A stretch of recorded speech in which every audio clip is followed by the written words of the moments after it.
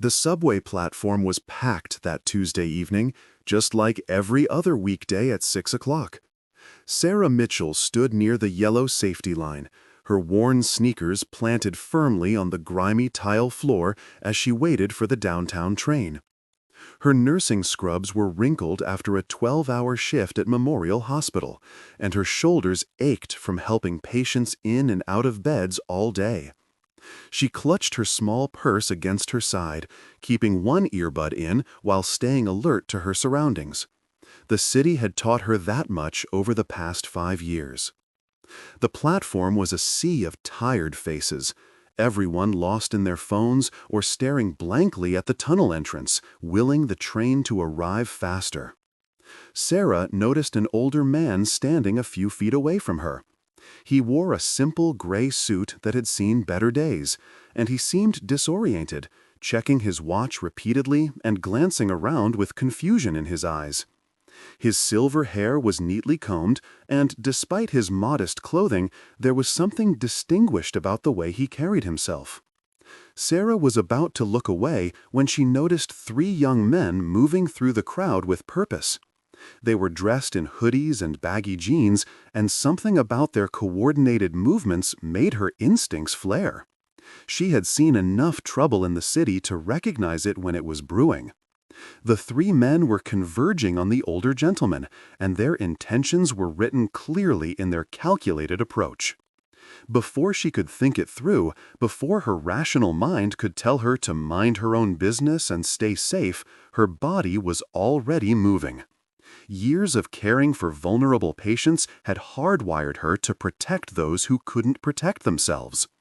The first young man had just reached for the older gentleman's messenger bag when Sarah stepped between them. Her voice came out stronger than she felt. "Hey, back off!" The 3 men paused, surprised by the intervention. The leader, a tall guy with a scar running down his left cheek, sneered at her. "This doesn't concern you, lady. Walk away." Sarah's heart was pounding so hard she could hear it in her ears, but she stood her ground. The older man behind her seemed frozen, still processing what was happening. Around him, other commuters were pretending not to notice, a typical city defense mechanism. Nobody wanted to get involved. "I said back off," Sarah repeated, pulling out her phone. "I'm calling the police right now." The scarred man took a step closer, and Sarah could smell cigarette smoke on his clothes. "You're making a big mistake." But Sarah was already dialing. Her fingers trembled slightly as she pressed the numbers, but her voice remained steady as she spoke loudly enough for everyone nearby. "Yes, I need police at the 42nd Street subway station. There's an attempted robbery in progress." The magic words. The mention of police. The fact that she had made the call loud enough for dozens of witnesses to hear. The 3 men exchanged glances, and whatever they saw in Sarah's determined expression made them reconsider. The scarred man spat on the ground near her feet, a final gesture of contempt, the 4 jerking his head toward his companions. They melted back into the crowd, disappearing up the platform stairs before the situation could escalate further. Sarah's legs felt like jelly, and the adrenaline that had carried her through the confrontation was already beginning to fade, replaced by a shakiness that started in her hands and spread through her whole body. She turned to check on the older man, who was staring at her with an expression of profound shock and gratitude.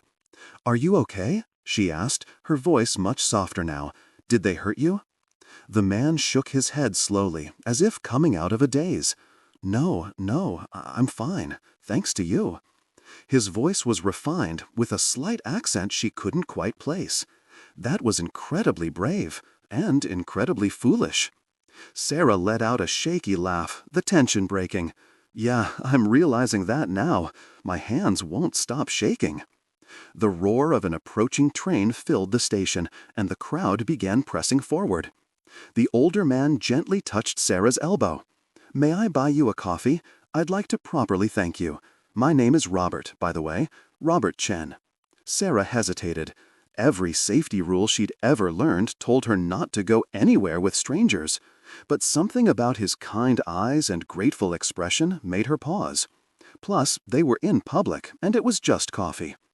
"I'm Sarah, and sure, I could use some caffeine after that." They boarded the train together, finding 2 seats near the door.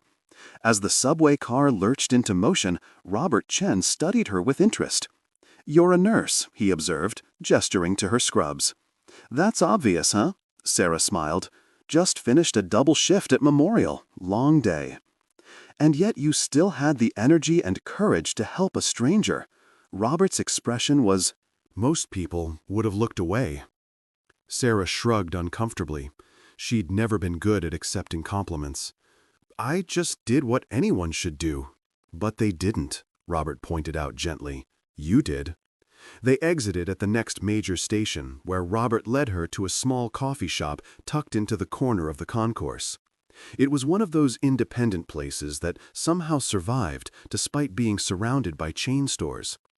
The owner, a middle-aged woman with kind eyes, greeted Robert by name, which surprised Sarah. This didn't seem like the kind of neighborhood where a man in an expensive suit would be a regular, but then again, his suit wasn't expensive. She'd noticed the frayed cuffs when they sat down on the train. "2 coffees, please, Maria," Robert said warmly, "and whatever this young lady would like to eat. She's earned it." "I'm fine, really," Sarah protested, but her stomach betrayed her with a loud growl. She hadn't eaten since a hurried sandwich at noon. Maria laughed. "I'll bring you both the special. You look like you need it, honey." As they settled into a corner booth, Robert folded his hands on the table and looked at Sarah seriously. "I want you to know that what you did back there, it meant more than you could possibly understand. That bag they were trying to steal, it contains something very important to me." Sarah waved off the gratitude, embarrassed. "Really, it's okay. I'm just glad you're safe." "No, it's not okay. It's extraordinary." Robert paused as Maria brought their coffees and 2 generous plates of pasta. "Most people walk through this city wearing blinders. They don't see the humanity around them anymore. They don't see when someone needs help. But you did. That speaks to your character." They ate in comfortable silence for a few minutes. Sarah realized she was ravenous, and the pasta was surprisingly good. She caught Robert watching her with an amused expression as she practically inhaled her food. "Sorry," she mumbled around a mouthful. "I really was hungry." "Don't apologize. It's refreshing to see someone appreciate a good meal." Robert took a more measured bite of his own pasta. "Tell me about yourself, Sarah. What made you become a nurse?" It was such a normal question, the kind you'd ask anyone, but something about the genuine interest in his eyes made Sarah answer honestly instead of giving the usual practiced response. "My little brother. He had leukemia when he was 8. I was 14, and I spent so much time at the hospital with him that the nurses there became like family. They were so kind, so patient, so strong, even when things looked hopeless. They fought for him as hard as the doctors did, maybe harder. They held my mom when she cried. They snuck me extra snacks when I refused to leave his side. They made one of the worst experiences of our lives bearable." "Did he make it?" Robert asked softly. Sarah nodded, a genuine smile crossing her face. "He did. He's 22 now, in graduate school studying marine biology. Wants to save the oceans." She laughed. "He's still my hero. But those nurses, they showed me what I wanted to do with my life. I wanted to be that person for someone else's family." "That's a beautiful reason." Robert's eyes were warm with understanding. "And I'm sure you're excellent at it." "I try." Sarah took a sip of her coffee. "What about you? What do you do?" Robert's expression became carefully neutral. "I work in business. Import and export, various investments. Nothing as noble as saving lives." "Hey, everyone contributes in their own way," Sarah said. "The world needs all kinds of people."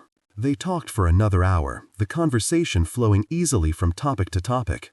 Sarah learned that Robert was 72 years old, that he was originally from Hong Kong but had lived in the city for 50 years, and that he was a widower. His wife had passed away 3 years ago, and he still missed her every day. He learned that Sarah was 31, that she lived with 2 roommates in a tiny apartment in Queens, and that she sent money home to her parents every month to help with her father's medical bills. When they finally parted ways, Robert insisted on seeing her safely to her next train. As they stood on the platform, he reached into his messenger bag, the same one the thieves had tried to steal, and pulled out a business card. "Please, take this," he said. "If you ever need anything at all, you can reach me at that number." Sarah glanced at the card. It was simple, cream-colored with elegant black lettering. Robert Chen, it read, followed by a phone number and an email address. No company name, no title. "Thank you," she said, tucking it into her purse more out of politeness than any intention of using it. "It was nice meeting you, Robert, despite the circumstances." "The pleasure was mine, Sarah, truly." He hesitated, then added, "You have a gift. Don't ever lose that instinct." To help others. The world needs more people like you. Sarah felt her cheeks warm. Take care of yourself, okay? And maybe avoid the subway for a few days. Robert laughed, a rich sound that made her smile. I'll consider it. She watched him walk toward the uptown platform before boarding her own train home. As the subway car rocked through the tunnels, Sarah found herself thinking about the strange encounter. Robert had been nice, if a bit formal. There was something almost old-fashioned about his manners, the way he'd insisted on paying for everything and seeing her safely to her train. It had been a weird day, but ultimately harmless. She arrived home to find her roommates, Jessica and Tanya, sprawled on their sagging couch watching reality TV. Their apartment was tiny, barely big enough for the 3 of them, but the rent was split 3 ways and it was only a 40-minute commute to the hospital. Beggars couldn't be choosers. "You're late," Jessica called from the couch. "We saved you some Chinese food." "Thanks, but I already ate." Sarah kicked off her shoes and collapsed into the armchair, her body finally admitting how exhausted it was. "Ooh, fancy," Tanya teased. "Hot date?" Sarah laughed and recounted the story of the subway incident. Her roommates listened with wide eyes, alternating between scolding her for being reckless and praising her for being brave. "Girl, you could have gotten hurt," Jessica said, shaking her head. "Those guys might have had knives, guns even." I know," Sarah held up her hands in surrender. "I wasn't thinking. It was pure instinct." "Well, your instinct is going to get you killed one day," Tanya said, but her tone was affectionate. "But I'm glad the old guy was okay. Did he at least tip you well?" "It wasn't like that," Sarah protested. "He bought me coffee and dinner. We just talked." "Uh-huh. And?" Jessica prompted. "And nothing. He gave me his business card and we went our separate ways." Sarah pulled the card from her purse and tossed it onto the coffee table. "There, mystery solved." Tanya picked up the card and examined it. "Robert Chen, fancy card, feels expensive." "Can we please change the subject?" Sarah begged. "I'm exhausted, and I have to be back at the hospital in 10 hours. She dragged herself to her tiny bedroom, barely bigger than a closet, and fell into bed still wearing her scrubs. Sleep claimed her almost instantly. The next 2 weeks passed in a blur of shifts, patience, and exhaustion. Sarah almost forgot about Robert Chen entirely. The business card sat in a drawer somewhere, buried under bills and old receipts. Life returned to its normal rhythm of work, sleep, and occasional outings with her roommates when they could all manage to have the same day off. Then, on a rainy Thursday afternoon, everything changed. Sarah was at the nurse's station, updating patient charts and trying to ignore the rumbling in her stomach that signaled lunch was overdue, when her supervisor, Margaret, approached with an odd expression on her face. "Sarah, can I see you in my office for a moment?" Sarah's heart sank. Those words were never good. She mentally reviewed her recent shifts, trying to think of any mistakes she might have made. Had she messed up someone's medication, missed documenting something important? She followed Margaret down the hall, anxiety building with each step. Margaret's office was small and cluttered with files and medical journals. She gestured for Sarah to sit, then closed the door, which only increased Sarah's nervousness. "Am I in trouble?" Sarah asked directly. She'd never been good at waiting for bad news. Margaret's expression softened into something that looked almost like amazement. "No, quite the opposite, actually. Sarah, I just got off the phone with the hospital administrator. Apparently, we've received a very generous donation, and it comes with some unusual conditions." "Okay," Sarah said slowly, not sure where this was going. The donor is establishing a scholarship fund for nursing students, specifically for those from low-income backgrounds who show exceptional compassion and dedication to patient care. It's a full-ride scholarship, including living expenses for a master's degree program. Margaret paused, watching Sarah's reaction. I'm sorry, what? There's more. The donor is also funding a new emergency response training program for our staff, and they've endowed a chair in emergency medicine. The total donation is $50 million, Sarah. The number was so large that Sarah's brain couldn't quite process it. $50 million? That can't be right. Who would do that? Margaret slid a letter across her desk. This came with the donation. It's addressed to you. With trembling hands, Sarah picked up the envelope. It was made of heavy, expensive paper, and her name was written in elegant calligraphy. She opened it carefully and pulled out a single sheet of matching stationery. "Dear Sarah," the letter began in the same elegant handwriting. "You probably don't remember me, but 2 weeks ago you defended a confused old man on the subway platform from some thugs who wanted to steal his bag. That old man was me, and in that bag were the final documents needed to complete the sale of my company, a deal I had been working on for 3 years. Without those documents, I would have missed the deadline and lost everything. But more importantly, you showed me something I had almost forgotten existed in this city. You showed me that there are still people who care, who act when others turn away, who embody the kind of selfless courage that makes the world better. You risked your own safety for a complete stranger, and you did it without hesitation. I have spent my life building businesses and accumulating wealth, but I never had children to pass it on to. My wife and I always planned to, but life had other ideas. Since her passing, I've been trying to figure out how to use what I have to make a real difference. Meeting you showed me the way. This donation to Memorial Hospital is only the beginning. I am establishing a foundation dedicated to supporting individuals like you, people who demonstrate extraordinary compassion and courage in their everyday lives. I want to find more people like you, Sarah, and help them continue their work of making the world better. The scholarship is yours if you want it, no strings attached. You can accept it or decline it, and my other donations to the hospital will continue either way. But I hope you'll say yes. The world needs more nurses like you, and that master's degree will allow you to help even more people, to maybe even teach the next generation of caregivers. I know this must seem overwhelming and probably a bit surreal. Please don't feel any pressure. If you have questions or concerns, I would be happy to meet with you again to discuss this. You have my number. With profound gratitude and respect, Robert Chen. Sarah read the letter 3 times, each time thinking she must be misunderstanding something.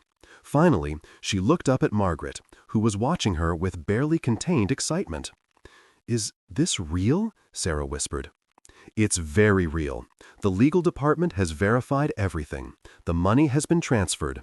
This is happening, Sarah." Margaret leaned forward. "Do you know who Robert Chen is?" Sarah shook her head, still in shock. "He's one of the wealthiest men in the country, maybe in the world. He founded Chen Industries 40 years ago with nothing but a shipping container and a dream. He built it into a multinational conglomerate. He just sold the company last month for billions with a B." Margaret laughed in disbelief. "And apparently, you saved him on a subway platform." The rest of that day passed in a haze. Sarah went through the motions of her shift, checking vitals and administering medications, but her mind was elsewhere. During her break, she locked herself in the staff bathroom and called the number from Robert's business card, the one she'd kept in her wallet without really knowing why. He answered on the second ring. "Hello, Sarah. How did you know it was me?" she asked, then felt foolish. Of course he'd known. "I was hoping you'd call." His voice was warm, grandfatherly. "I assume you received my letter."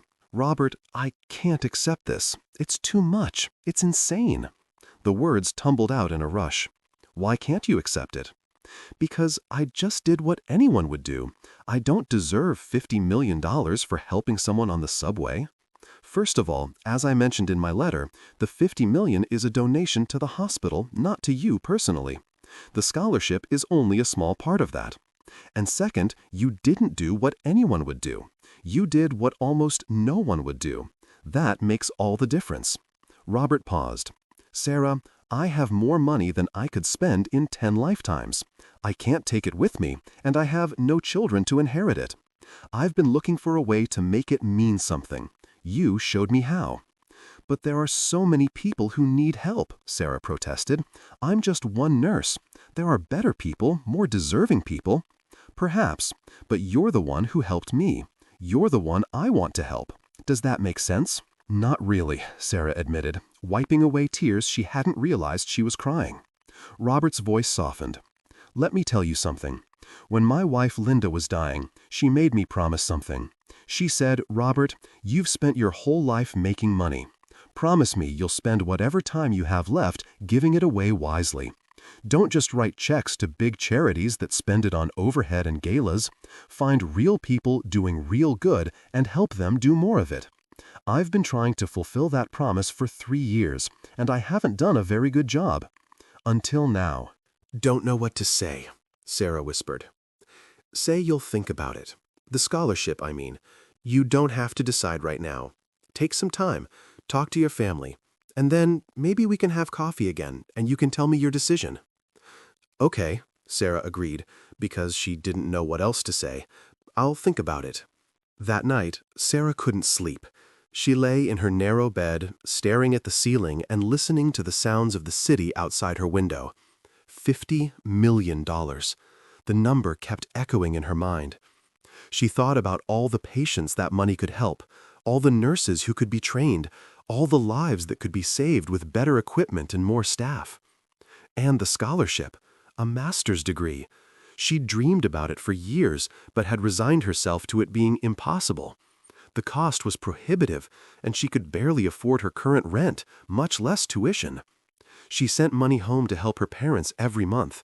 Her father's medications were expensive, and her mother's part-time job didn't cover much. Sarah had accepted that her bachelor's degree would have to be enough, that her dreams of becoming a nurse practitioner, or maybe even a nurse educator, would remain just dreams. But now, someone was offering her a way forward. A stranger she'd helped on a subway platform was offering to change her life. It felt like a fairy tale.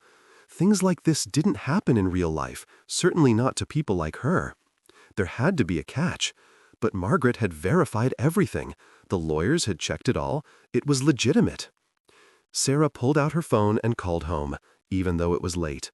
Her mother answered on the 3rd ring, voice thick with sleep. Sarah, what's wrong? Are you okay? I'm fine, Mom. I'm sorry for calling so late. I just needed to talk to you about something. She told her mother the whole story, from the subway incident to the letter to the phone call with Robert. Her mother listened in silence, occasionally gasping or making soft exclamations of disbelief.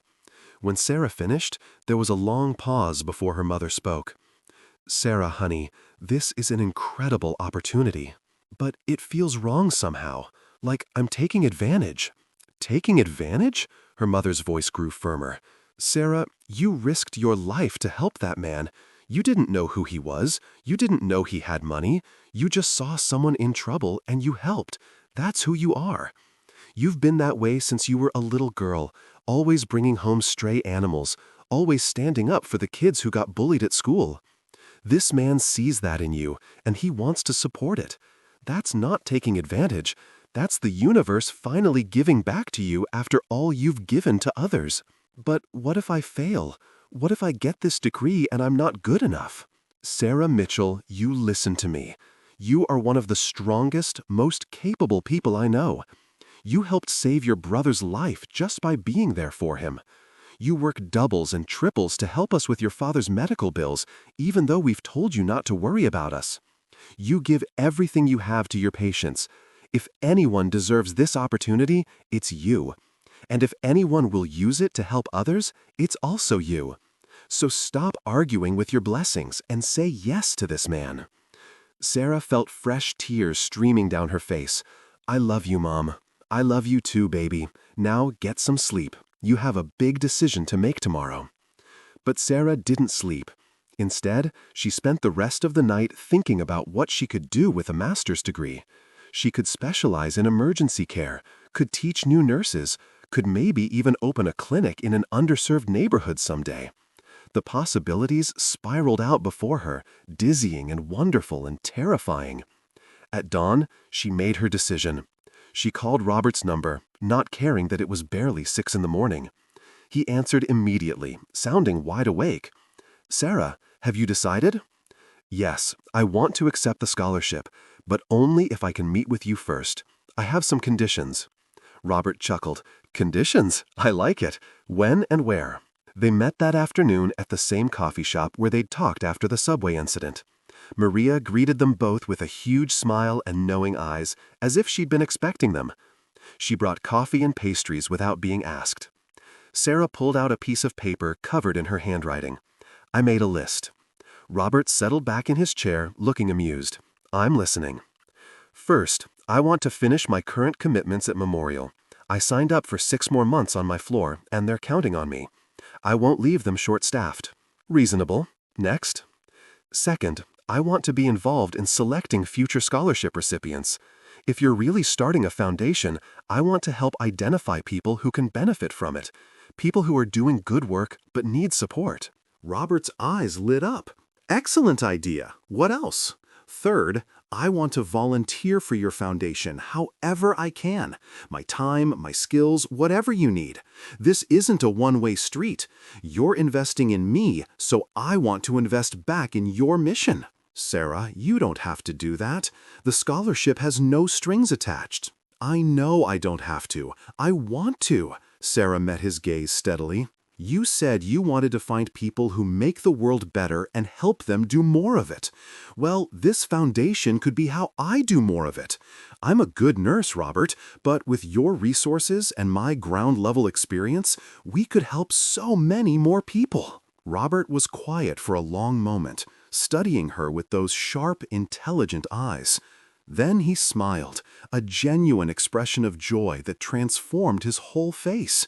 "You know what, Sarah? You're absolutely right. I was thinking too small. I was going to run this foundation through lawyers and administrators, keep it all at arm's length. But you're showing me that it should be personal, hands-on. It should be run by people who understand what it means to need help and to give help." "So you accept my conditions?" Sarah asked. "I do, with one addition of my own." Robert leaned forward. "I want you to join the foundation's board of directors. I want your voice in every major decision we make. You'll be compensated for your time, of course, but more importantly, you'll help shape where this money goes and who it helps." Sarah felt her breath catch. A board of directors? Her, Sarah Mitchell from Queens, sitting on a board with probably some of the most powerful people in the city? The thought was intimidating and exhilarating in equal measure.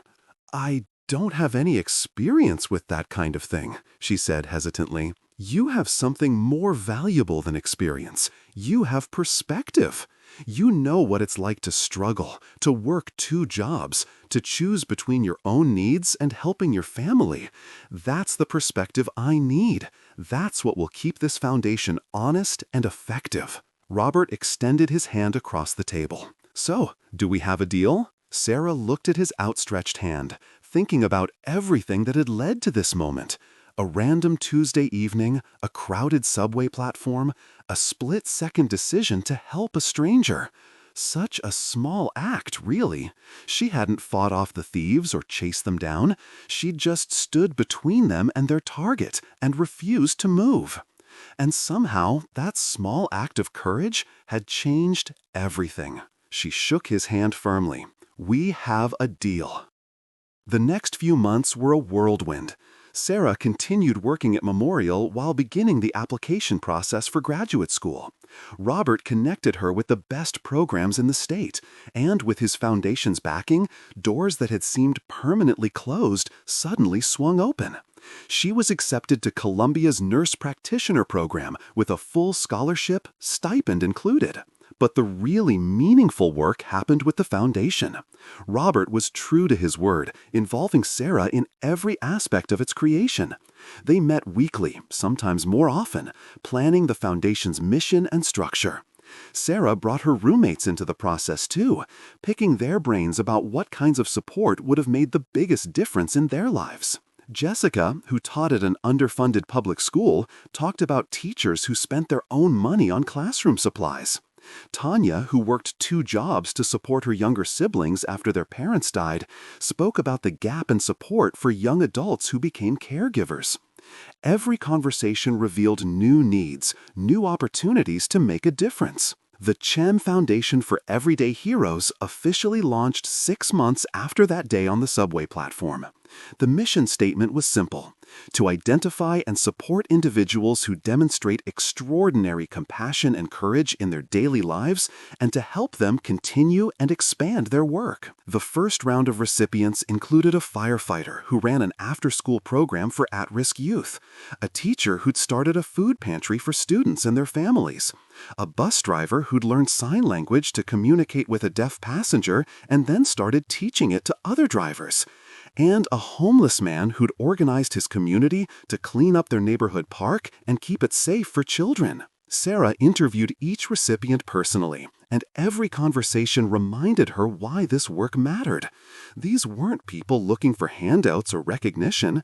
They were people who saw problems and tried to fix them, who saw people suffering and tried to help, often at personal cost. The foundation gave them resources to do more, to expand their impact, to know that someone saw and valued their efforts. Sarah's own story became part of the foundation's outreach. Robert insisted that they be transparent about how the foundation started. Sarah reluctantly agreed to do interviews and speaking engagements.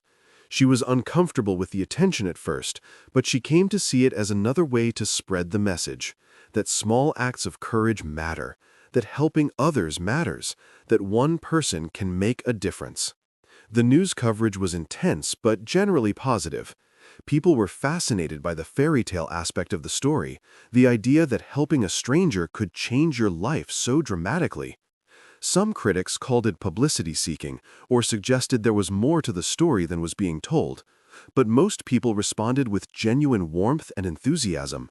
Sarah started getting letters from all over the country, from people who'd helped others in small ways and wanted to share their stories, from people who'd been helped by strangers and wanted to say thank you, from people who were inspired to be braver and kinder in their own lives. She tried to respond to as many as she could, and the ones she couldn't respond to personally, she read carefully and kept. Each one was a reminder of why this work mattered. Her life changed in practical ways too. The foundation paid her a modest salary for her work on the board, which meant she could finally stop working double shifts. She could afford to move into her own apartment, though she chose to stay with Jessica and Tanya because they'd become family. She could help her parents more substantially with her father's medical care. She could breathe a little easier, worry a little less. But the biggest change was internal. Sarah had always been someone who helped others, but she'd done it quietly, almost apologetically, as if caring too much was something to be embarrassed about. Now she understood that her compassion wasn't a weakness or a liability. It was her strength. It was her gift. And she didn't have to hide it or diminish it to make others comfortable. She started her graduate program that fall, and it was challenging in ways she'd expected and ways she hadn't. The coursework was rigorous, the clinical hours demanding, but she loved it. She was learning to think more critically, to understand the bigger systemic issues that affected patient care, to imagine new solutions to old problems. She was becoming not just a better nurse, but a better advocate for her patients. Robert became a fixture in her life, a kind of surrogate grandfather. They met regularly, sometimes to discuss foundation business, but often just to talk. He told her stories about building his company from nothing, about the mistakes he'd made and the lessons he'd learned. He talked about his wife Linda, about their love story, about how much he still missed her. Sarah told him about her dreams and fears, about the pressure she sometimes felt to live up to the foundation's mission, about her worries that she wasn't good enough or smart enough or strong enough. He listened without judgment, offering perspective when she needed it and silence when that was what she needed more. One evening, almost a year after their first meeting, they sat in Robert's penthouse apartment overlooking the city. Sarah had been shocked the first time she'd visited. The apartment was enormous, taking up the entire top floor of a building in Tribeca, with floor-to-ceiling windows offering panoramic views of Manhattan. But despite the luxury, it felt warm and lived in. There were photos everywhere, mostly of Robert and Linda at various stages of their lives together. They sat by the windows, watching the sun set over the Hudson River, painting the sky in shades of orange and pink. Robert was quiet, more subdued than usual, and Sarah sensed something was on his mind. "Are you okay?" she asked gently. Robert smiled, but there was sadness in it. "I saw my doctor today. The cancer has spread." Sarah's heart clenched. She'd known Robert had been sick. He'd told her about his diagnosis months ago, stage 4 pancreatic cancer. But he'd been responding well to treatment, or so she'd thought. What did he say? "He said I have maybe 6 months, probably less. The treatments aren't working anymore." Robert said it calmly, as if discussing the weather. "I'm going to stop the chemo. I want to enjoy whatever time I have left without being sick from the medicine." Sarah felt tears streaming down her face. "Robert, I'm so sorry." "Don't be sorry, dear. I'm 73 years old. I've had a good life, a full life. I built a successful company. I had a wonderful marriage. And now, thanks to you, I've found a way to make my money mean something beyond just numbers in an account." He reached over and patted her hand. "I'm at peace with this." "But we've only just gotten started with the foundation. There's so much more we wanted to do." "And you'll continue to do it. I've made all the arrangements. The foundation is fully funded and will continue long after I'm gone. You and the rest of the board will guide it forward. I trust you, Sarah." They sat in silence for a while, watching the light fade from the sky. Finally, Sarah spoke. "Can I ask you something? That day on the subway, what were you doing there?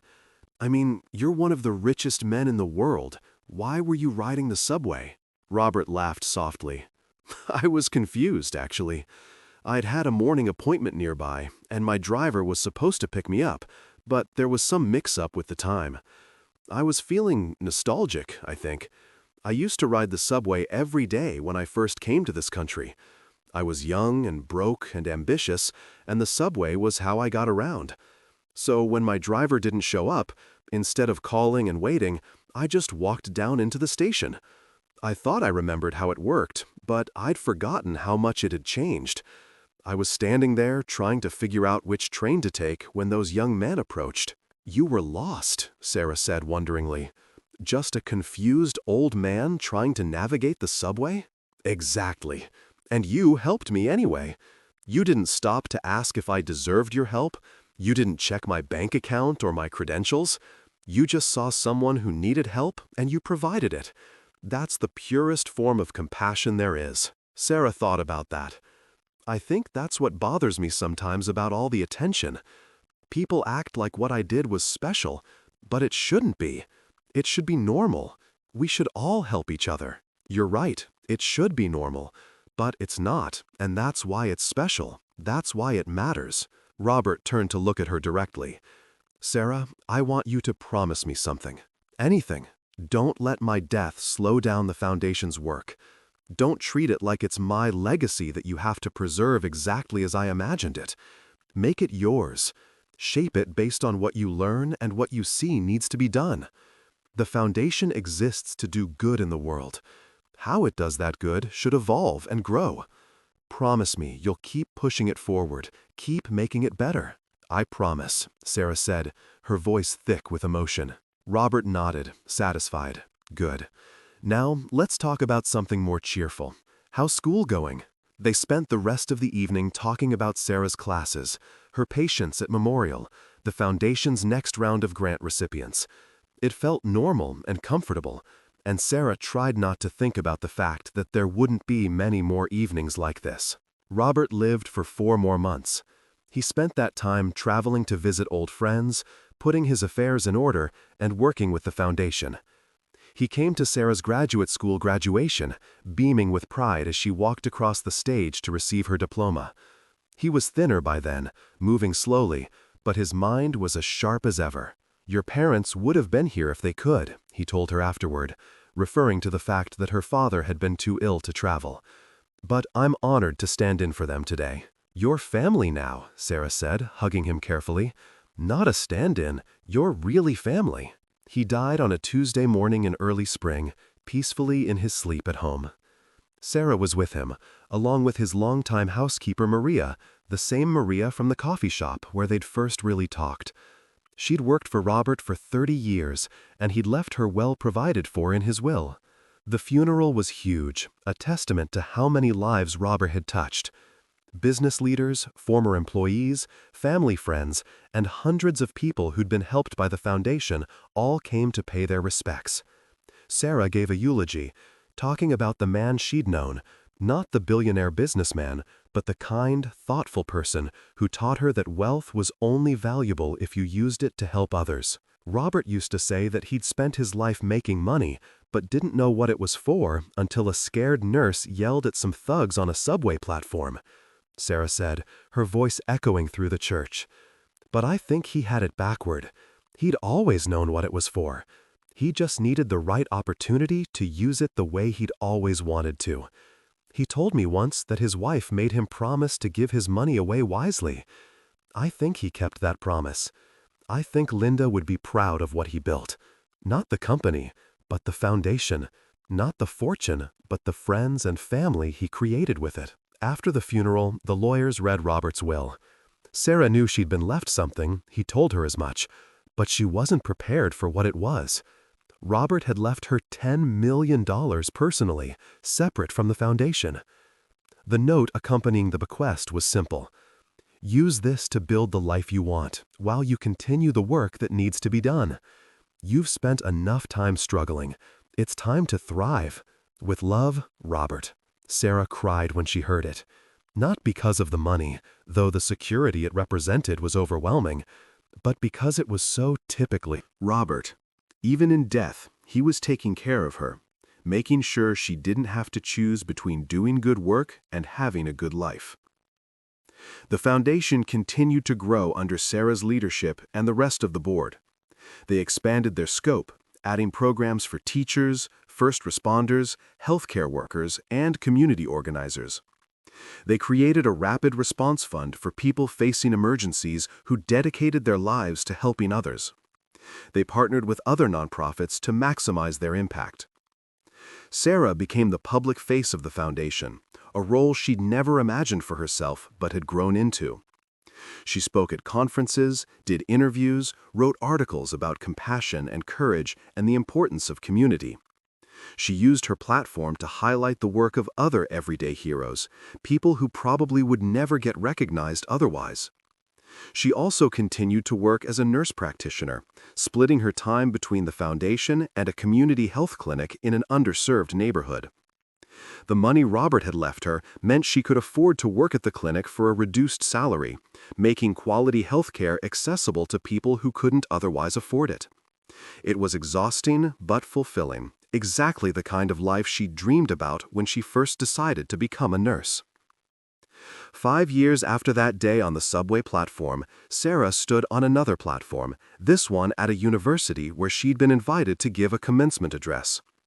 She looked out at the sea of young faces, all of them probably wondering what she could possibly tell them about life and success that they didn't already know. 5 years ago, she began, I was standing on a subway platform after a long shift at the hospital. I was tired and hungry and my feet hurt. All I wanted was to go home, take a shower, and go to bed. Then I saw 3 men approaching an elderly man with obvious bad intentions. And I had a choice. I could look away, mind my own business, stay safe. Or I could step in and try to help. It wasn't a dramatic moment. There was no music swelling in the background, no time for a lengthy internal debate. I just saw someone who needed help, and I helped. She paused, letting that sink in. That one moment, that one choice, changed my entire life. But here's what I want you to understand. It wasn't the consequences that made it important. I didn't help that man because I knew he was wealthy or because I thought I'd be rewarded. I helped him because it was the right thing to do. That's what I want you to take away from my story. Don't do good because you expect rewards. Do good because you're a good person, because you've decided that's the kind of person you want to be, because you believe the world should be a place where people help each other. Sarah looked across the audience, making eye contact with as many students as she could. Every single day, you'll have opportunities to help someone. Most of them won't be dramatic. They'll be small things.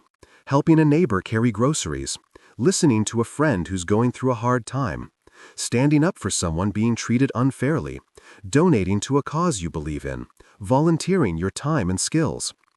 These moments might seem insignificant, but they're not. They're the building blocks of a compassionate society. They're how we create the kind of world we want to live in. She smiled, thinking of Robert and how proud he would have been to see her here. My friend Robert used to say that the world needs more everyday heroes, people who don't wear capes or have superpowers, but who show up and help anyway. Be that person. When you see someone struggling, help them. When you see injustice, speak up. When you see suffering, do something about it. You don't need money or power or special skills. You just need courage and compassion. And the beautiful thing is, the more you practice courage and compassion, the easier they become. They turn into habits, into who you are. After the speech, students lined up to talk to her, to thank her, to share their own stories of helping or being helped. Sarah listened to each one, remembering what Robert had taught her about the importance of seeing people, really seeing them. Each person had a story, a struggle, a dream. Each one mattered. That night, back in her apartment, Sarah looked at the photos on her wall. There was one of her and Robert at the Foundation's first anniversary gala, both of them laughing at something someone had said. There was one of her graduating from Columbia, her parents on one side and Robert on the other. There was one from her first day at the community health clinic, surrounded by her new colleagues. And there was one recent photo from the Foundation's 5th anniversary event, showing all the people they'd helped over the years, hundreds of faces smiling back at the camera. 5 years ago, she'd been a tired nurse with too much student debt and too little hope. That Things would ever get better. She'd been surviving, not thriving. And then she'd made one choice, one small, brave choice, and everything had changed. But not because of the money or the opportunities or the recognition. Those things were nice, certainly. They made life easier in many ways. But the real change had been internal. Sarah had discovered that her compassion, the quality she'd sometimes seen as a weakness, was actually her greatest strength. She'd learned that small acts of courage could ripple outward in ways she couldn't imagine. She'd found her purpose, her calling, her way of making the world a little bit better. She thought about Robert's letter, the one he'd written to her after that first meeting. "You showed me that there are still people who care," he'd written. "You showed me that one person can make a difference." But he'd made a difference too. He'd taken one random act of kindness and turned it into something bigger, something lasting. The Foundation would continue for generations, helping people long after both of them were gone. Sarah picked up her phone and scrolled through her messages. There were updates from various Foundation recipients, sharing their progress and successes. A teacher who'd been able to expand her food pantry program. A firefighter who'd opened a second location for his youth program. A nurse in rural Montana who was now able to provide mobile health care to isolated communities. Each message was a reminder that the work continued, that the ripple effects kept spreading. She drafted a message to the Foundation's board, proposing a new initiative she'd been thinking about. A program to identify and support young people who showed exceptional compassion and leadership in their communities. Get them early, she thought, before life made them cynical or afraid. Show them that kindness matters, that courage is valuable, that they can shape their communities and their world. As she wrote, Sarah realized she was smiling. This was her life now. Not perfect, certainly. She still had hard days at the clinic. She still struggled with self-doubt sometimes, still wondered if she was doing enough or doing it right.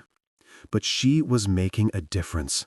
She was living the life Robert had wanted for her, the life he'd made possible. She was thriving while continuing the work that needed to be done. And every time she rode the subway, every time she stood on that platform waiting for her train, she remembered.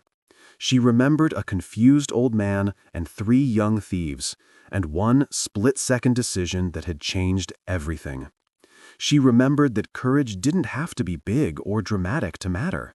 She remembered that one person really could make a difference. The world needed more everyday heroes, Robert had said. People who showed up and helped anyway. Sarah was determined to be that person, and to help as many others become that person too. It was the best way she knew to honor Robert's memory and keep his promise to Linda. It was the best way she knew to live. And it had all started on a crowded subway platform on an ordinary Tuesday evening, with a tired nurse who decided that looking away wasn't an option, that someone needed help and she was going to provide it. Everything that came after, all the good that had been done and would continue to be done, flowed from that one moment of courage. Sarah closed her laptop and got ready for bed. Tomorrow would bring new challenges, new opportunities to help, new chances to make a difference. She couldn't wait.